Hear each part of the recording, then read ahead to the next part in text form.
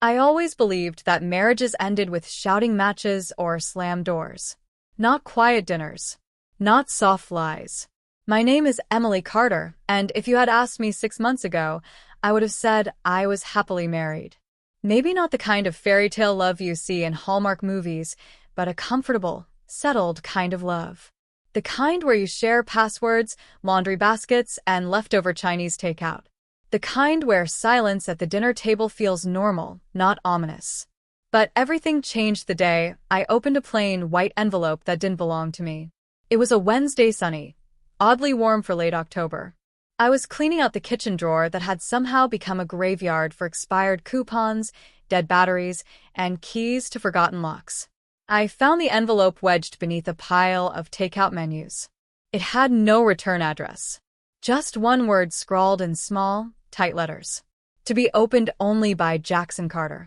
Jacksamy, husband of 7 years. A man I thought I knew inside out. Now, I'll admit I shouldn't have opened it. I know that. But when your husband starts spending more time away, guarding his phone like a treasure chest, and suddenly forgetting anniversaries, you start listening to your gut. And my gut was screaming. Inside was a folded document with official-looking seals. Legal paper. I scanned the header. Last will and testament. My name appeared, but not in the way I expected. I wasn't listed as a beneficiary. I wasn't even mentioned as a spouse. No, instead, everything was left to someone named Dahlia Reeve. My hands shook. The room blurred. That name meant nothing to me. And yet it meant everything in that moment. The world tilted, and a sickening dread settled in my stomach like wet cement. I sat at the kitchen island, the document trembling in my grip, and tried to make sense of it. Who the hell was Dahlia? And why was my husband rewriting his legacy behind my back? That night, I pretended nothing had changed. Jackson came home late again. Smelled like expensive cologne I didn't recognize. Claimed he had a client dinner. Kissed my cheek with robotic affection and poured himself a scotch. I watched him from across the room. The man I'd built a life with. The one who used to bring me tulips on Wednesdays just because. Now he was a stranger in my own house. "You okay?" he asked, sipping his drink. "Yeah." I lied. "Just tired." He didn't press. Of course he didn't. He hadn't really looked at me in weeks. That night, I lay awake staring at the ceiling. My thoughts raced. My body buzzed with betrayal. I kept replaying the name, Dahlia Reeve. It looped like a broken record. I needed answers. I needed to know who she was. The next day, I took off work, called in sick, though the only sickness was festering in my heart. I waited for Jackson to leave, then opened his laptop. He never changed the password, tulips for Emily. How poetic. I searched emails, bank accounts, files. It didn't take long. There she was, Dahlia Reeve. Young. Brunette. A real estate agent. She'd emailed Jackson multiple times over the last few months. Subject lines like our private meeting and finalizing paperwork. One attachment was labeled trust agreement. My skin crawled. Another email thread showed a conversation between Jackson and a lawyer, Martin DeGale. The name matched the letterhead from the will. They'd been meeting secretly, revising documents, planning something, without me. I felt like I'd stumbled into someone else's marriage, like I was the mistress, not the wife. I printed the emails, all of them, tucked them into a manila folder, and hid it beneath the floorboard of my closet. If Jackson was playing a game, I was going to play too. Only smarter. Only quieter. That evening, Jackson came home smiling. "I made a dinner reservation for us this weekend," he said. "Thought we could use a night out." I smiled back. "That sounds nice." He kissed me on the forehead. I almost flinched. I wanted to scream, to throw the folder in his face, and ask him how long he'd been planning to cut me out of his life. But I didn't. I needed more time. I needed to understand the when, it just the how. Because this wasn't just about money. This was about betrayal so deep, it rewrote everything I thought I knew about love. That night, as I washed the dishes, I noticed something. Jackson's briefcase was left slightly open. He usually locked it always, like it held nuclear codes. Heart pounding, I peeked inside. More documents. A printed copy of the will. Receipts for hotel rooms in Alexandrian nights. He claimed he was out of town for business. Photos. Not of me. Photos of her. Dahlia. At a restaurant. In a robe.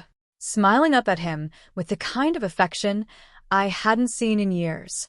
I felt the rage build in my chest like a volcano. I took one of the photos and slipped it into my nightstand drawer. I don't know why. Maybe I wanted to remind myself that this was real, that I wasn't crazy, that my husband Jackson was erasing me, piece by piece. The next morning, I called the number listed on the lawyer's letterhead.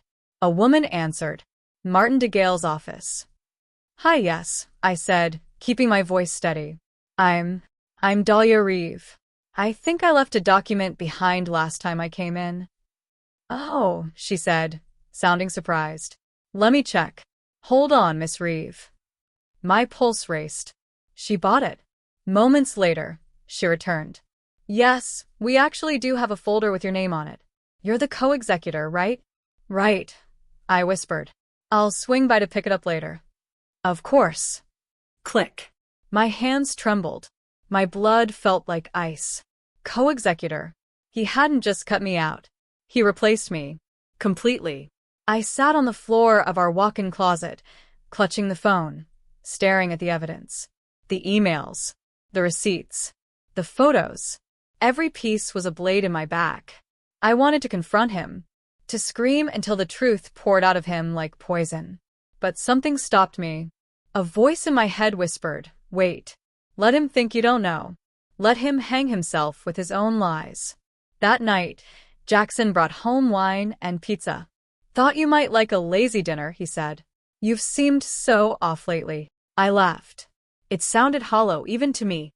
Just tired, I said again. He nodded, opened the bottle, poured me a glass. I didn't drink it. Something about the look in his eyes made my stomach twist. Maybe I was being paranoid. Or maybe I was right to be afraid. I started keeping a journal. Every lie. Every time he came home late. Every call from a blocked number. Every email I intercepted. I was building my case. Not just for divorce. Not just for revenge. But for survival. Because something inside me knew this wasn't just about a will. This was about a man who wanted me gone. One way or another.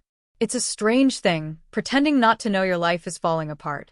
Every morning, I'd make Jackson coffee, like always 2 sugars, no cream. I'd kiss his cheek, smile, and watch him walk out the door in his tailored suit, briefcase in hand, completely unaware that I knew about the double life he was leading.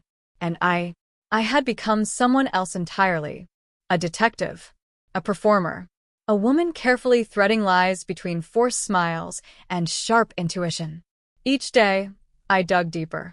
I found burner phone receipts. Hidden transactions from our joint account.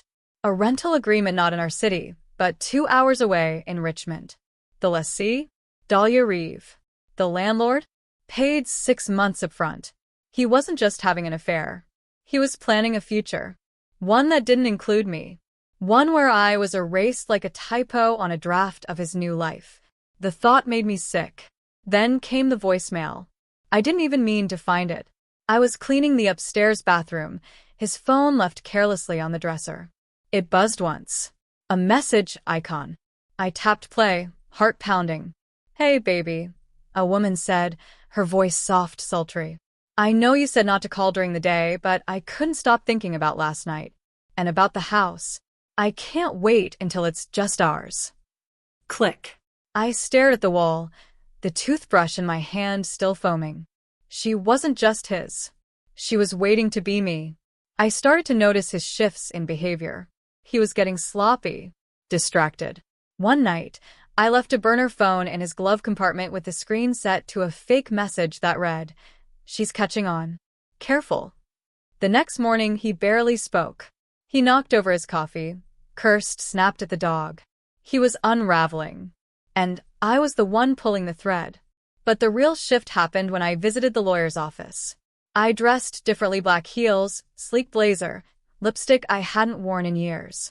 The receptionist looked up and said, "Miss Reeve?" I nodded, smiled. Yes. "I believe you have a folder for me?" She handed it over without hesitation. Inside were drafts of the will. Multiple versions. One had my name years old. Another had me replaced by Dahlia. But it was the third version that made my blood run cold. Because that one had no date. No signatures. It was waiting for something. Maybe confirmation that I'd be out of the picture soon. Permanently. I couldn't go to the police. Not yet. Not with a bunch of half-baked theories and printed emails. No proof of intent. But I needed to talk to someone. So I called the only person I trusted more than anyone, Grace and me college roommate, now an investigative journalist in D.C. We hadn't spoken in months. But when she heard my voice trembling on the line, she didn't hesitate. "Come over," she said. Now. Grace was everything I wasn't in that moment: calm, focused, unsentimental. She poured me tea, listened to everything. I showed her the will drafts, the receipts, the emails. When I finished, she sat quietly, her journalist mind already putting the puzzle together. "You know what this is, right?" she finally said. I shook my head. "It's not just infidelity. This is planned asset reassignment. He's trying to liquidate joint property behind your back. Probably planning to file for divorce with some setup that makes you look unstable or guilty." I swallowed hard. Grace leaned in. "He's rewriting your reality, Emily. You need to beat him to the punch." We spent hours gathering evidence. Grace showed me how to archive emails without alerting the sender, how to install a silent recorder app on my phone, how to take photos of documents and strip the metadata so Jackson wouldn't detect anything if he stumbled across them. I was becoming someone I never thought I'd be: strategic, calculating, relentless. But I wasn't going to lose everything. Not my dignity. Not my house. Not my name. The breaking point came one night, exactly 2 weeks after I found the will. I woke up to the sound of whispering. At first, I thought I was dreaming. But when I turned toward Jackson's side of the bed, it was empty. I followed the sound. He was in his office. On the phone. "I just need 2 more weeks, Dahlia. She's cracking, I can tell. She's not eating. Barely sleeping. Soon she'll snap." I froze. He was trying to make me break down. A documented breakdown would help him in court. Make me look unstable. Unfit to handle the estate, the finances. Even dangerous. I recorded everything from the hallway. Tears streamed down my face. Not from sadness. From fury. How dare he? How dare he take everything I gave and twist it into a weapon? The next day, I started phase 2. I hired a private investigator. Grace helped me find someone discreet, a woman named Lana, ex-police, now doing private work for people exactly like me. She came by in a denim jacket, aviators, and no-nonsense boots. "I've seen dirtier," she said, flipping through the files. "But this one's strategic. Smart. A manipulator." "I need to prove he's setting me up," I said. Lana nodded. "We'll get it. You just keep playing the part." I played it so well that even Jackson believed it. I started pretending to forget things. Leaving the stove on. Misplacing my keys. Standing in the hallway staring at nothing. He started documenting everything. I found a file on his desktop labeled "Mental Decline Evidence." He thought he was winning. But he didn't know about Lana. Or Grace. Or the notebook I kept hidden in a hollowed-out book on the shelf, documenting his every move. Then something happened I hadn't expected. One evening, I came home to find my wedding photo smashed on the floor. I stared at it for minutes. The glass shards like knives around our smiling faces. Had he done this? Or was he sending a message? I picked up the photo, placed it in the trash, and calmly swept the floor. But inside, I was unraveling. The man I once loved was preparing to destroy me. And now, I wasn't sure how far he'd go. The next morning, I found a small box on the porch. No return address. Inside was a note typed, no handwriting. "You're not safe. He's planning something." No signature. No context. Just that. I stared at it for a long time. then burned it in the sink. Because suddenly, I didn't know who was watching. Was it Lana? Grace? Or someone else entirely?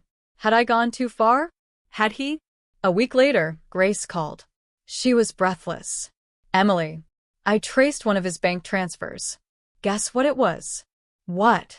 A life insurance policy. On you. Signed 6 weeks ago. Double indemnity clause. I dropped the phone. Double indemnity.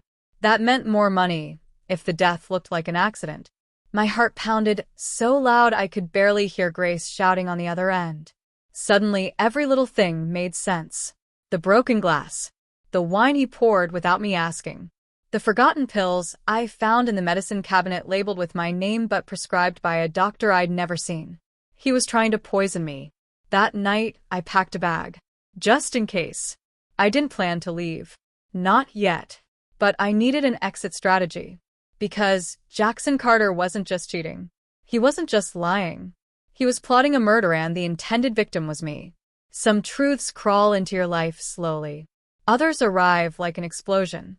That night, I sat on the edge of the bed, suitcase beneath the frame, burner phone in hand, staring at Jackson as he slept. So peaceful. So deceptively human. I thought about the pills in my cabinet. The life insurance policy Grace had discovered. The voicemail from a woman who sounded like she already had a key to my future. I thought about the way my husband looked at me lately, pity, calculation, and sometimes an eerie blankness. As if I were a character he was planning to write out of the script. And for the first time, I asked myself the question that chilled me more than all of that. What if he already had? The next morning, I followed him. Jackson left earlier than usual, dressed in casual clothes. No suit, no tie. He didn't go to the office. He didn't even turn toward the freeway. Instead, he drove west toward the city limits past shopping plazas, motels, and industrial parks. I stayed a few cars behind, Lana's GPS tracker already active on his bumper. Then he pulled into a place I hadn't seen before. Crescent Pines Clinic. A private behavioral health center tucked away behind tall hedges and cold gates. I watched as he walked inside, carrying a brown folder. 15 minutes later, he walked out Alanino folder. I called Grace immediately. Pull the clinic's intake roster. I need to know what's in that file. She didn't ask why. She just said, on it. That was the beginning of the avalanche. By evening, Grace had found something. She emailed me a scanned copy of a file that had been submitted to the clinic by Jackson Carter, signed as a concerned spouse. Subject: Emily Carter. Diagnosis: suspected early onset psychosis. Symptoms: paranoia, memory loss, aggression, obsessive delusions. Recommended action: 72-hour evaluation hold. Authorized family member: Jackson Carter. My blood turned cold. He was planning to have me committed. And once I was in behind locked doors and white walls, she could strip away everything: my rights, my name, my claim to the estate. All under the guise of concerned husband. I stared at the screen so long that the image blurred. This wasn't betrayal.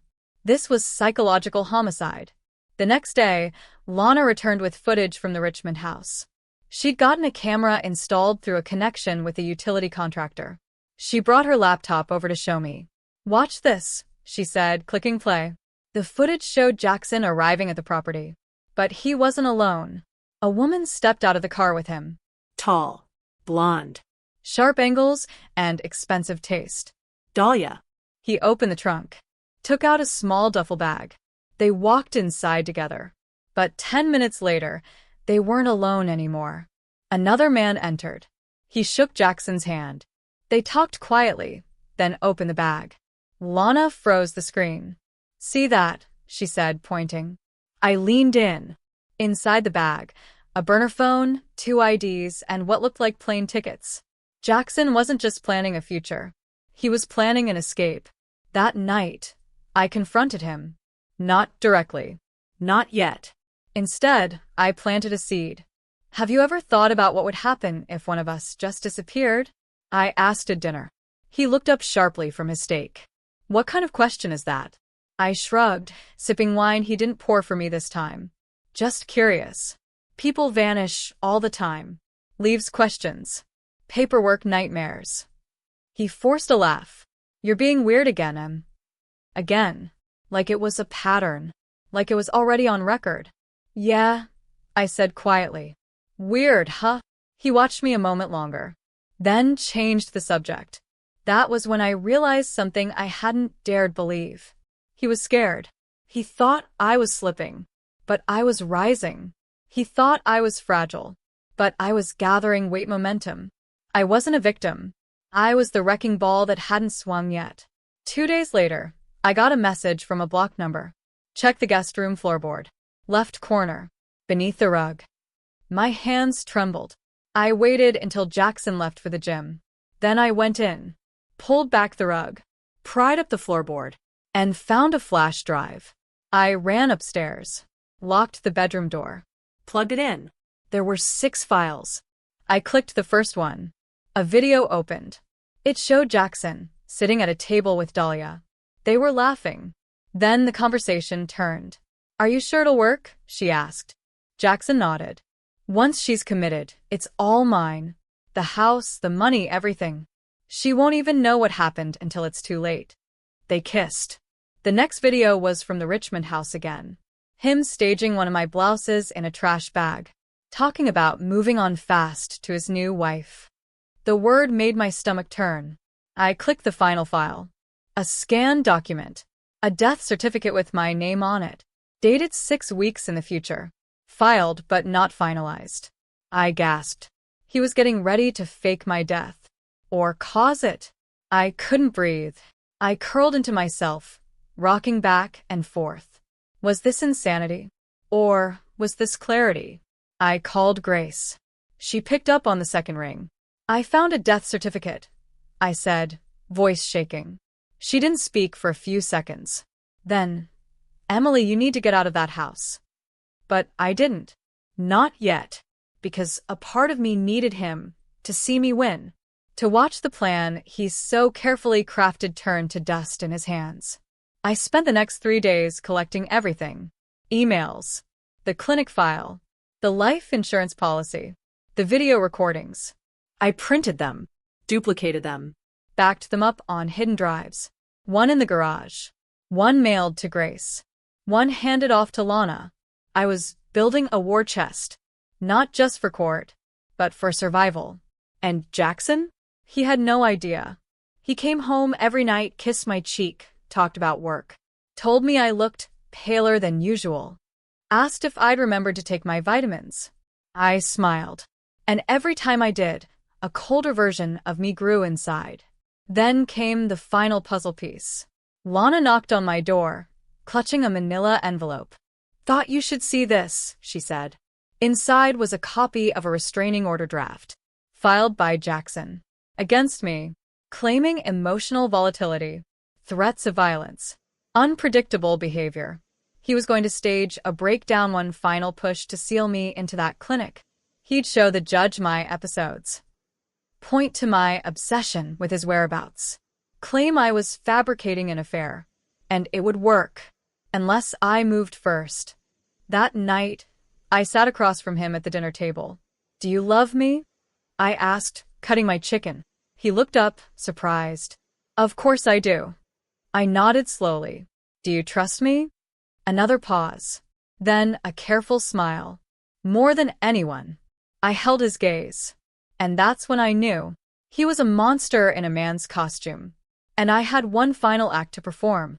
The night I decided to end it all, his lies, his games, his illusion of power, I didn't sleep. I paced the bedroom floor, every creak of the wooden planks beneath my bare feet echoing like a drumbeat of justice drawing closer. I wasn't scared anymore. I was done being scared. Fear had kept me compliant. Fear had kept me quiet. But now I had the kind of clarity that only comes after being betrayed so deeply, so thoroughly, that your soul cracks open and light gets in. It was time. Time to dismantle the illusion he'd built around me. Time to confront the man who had been planning my erasure. But I couldn't just scream the truth and hope someone listened. No. I had to make it undeniable.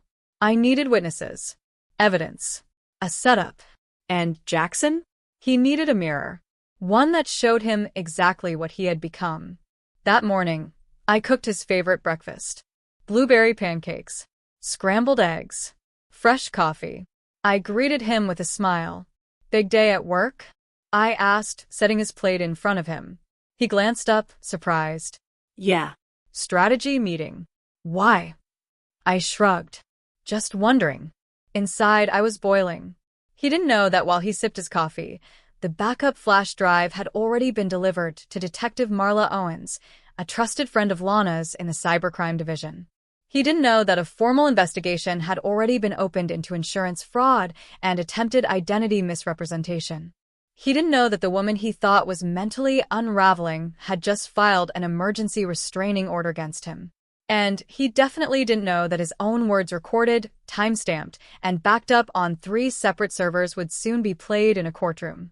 I smiled sweetly as he kissed my forehead before leaving.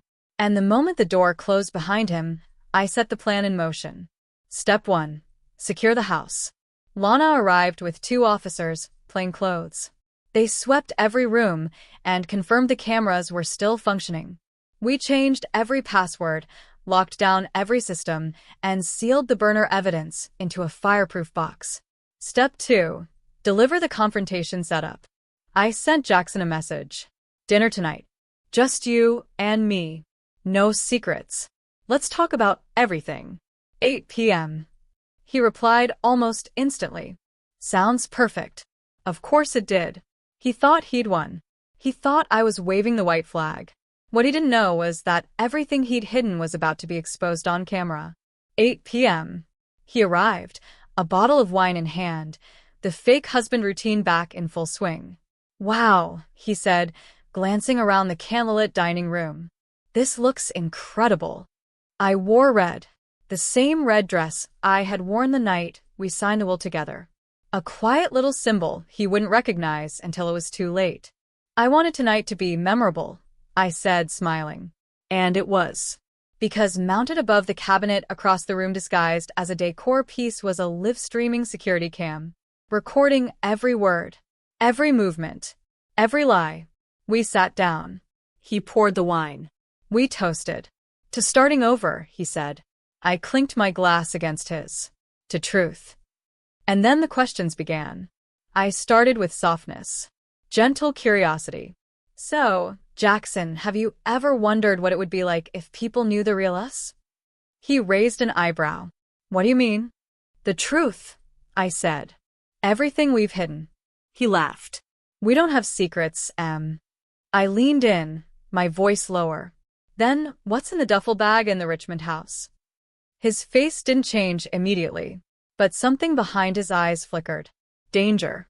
You're paranoid again, he said coolly. I nodded. Maybe. Or maybe I'm someone who finally found her voice. He started to rise. I stopped him with one sentence. I know about the clinic file, Jackson. That did it. He froze. Every muscle in his body went still, like a predator caught in a trap and too shocked to move. I saw the video. I continued. You and Dahlia. Planning my commitment. Filing false documents. Declaring me unstable. He sat down again slowly. You don't know what you're talking about. I do. I know everything.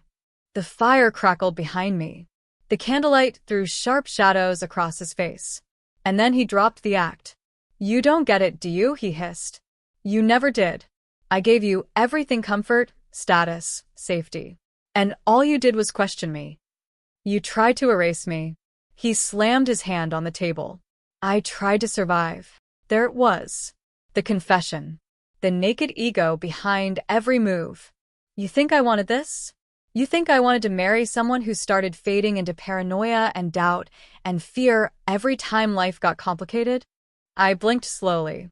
So, your solution was to gaslight me into a padded room? His eyes were on fire. You were in the way, Emily. Always in the way. And what are you now? I asked. That was when he saw it. The tiny green light on the cabinet camera. He lunged. I stood. The table crashed between us, dishes shattering across the floor.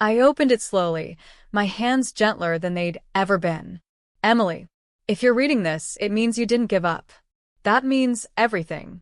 I don't know what the world looks like now. But please don't let him take your light. You are not what he made you feel. You are not your fear. Fight back. Even if it breaks you. Because the only thing worse than being brokinis being erased. You from the storm. I folded the letter. Held it to my chest. And cried. Not from pain. From recognition. I was still her. And she had made it. I got a new job. Nothing fancy. Just a position at a local women's shelter, helping survivors navigate legal paperwork and housing options. It felt full circle. Helping others out of the maze I barely survived. And I started therapy again, this time not because someone told me I needed to calm down, but because I wanted to understand myself better. My anger, my grief, my hope, all of it. Then came the unexpected envelope. It arrived by courier. No return address. Inside was a single document. Jackson's first will before the edits. The one where he had left everything to me. No tricks. No clauses. No mental wellness conditions. Attached was a handwritten note. Emily, this was the truth before I became someone else. I know it's too late. I know you won't forgive me. But maybe, just maybe, you'll understand. I didn't start out trying to hurt you. But the lies had a gravity of their own.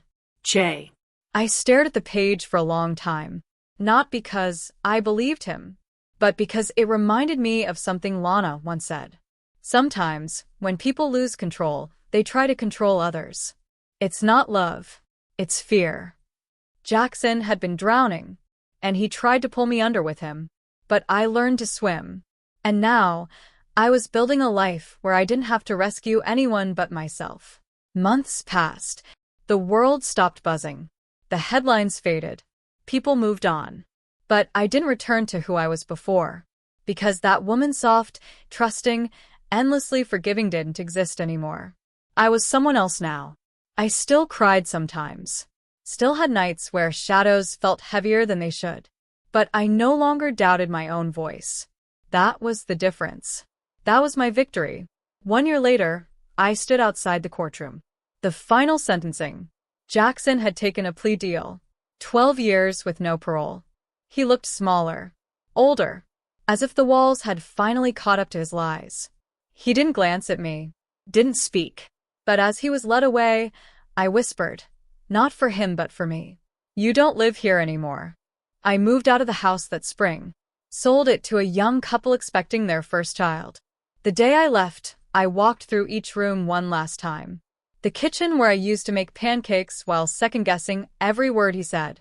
The bedroom where I'd once cried so quietly, even the walls didn't know. The study where I found the folder that changed everything. And then I walked out the door. And didn't look back. My new place is smaller. Cozy. It smells like cinnamon and fresh books. And there's a garden. Lavender. Peonies.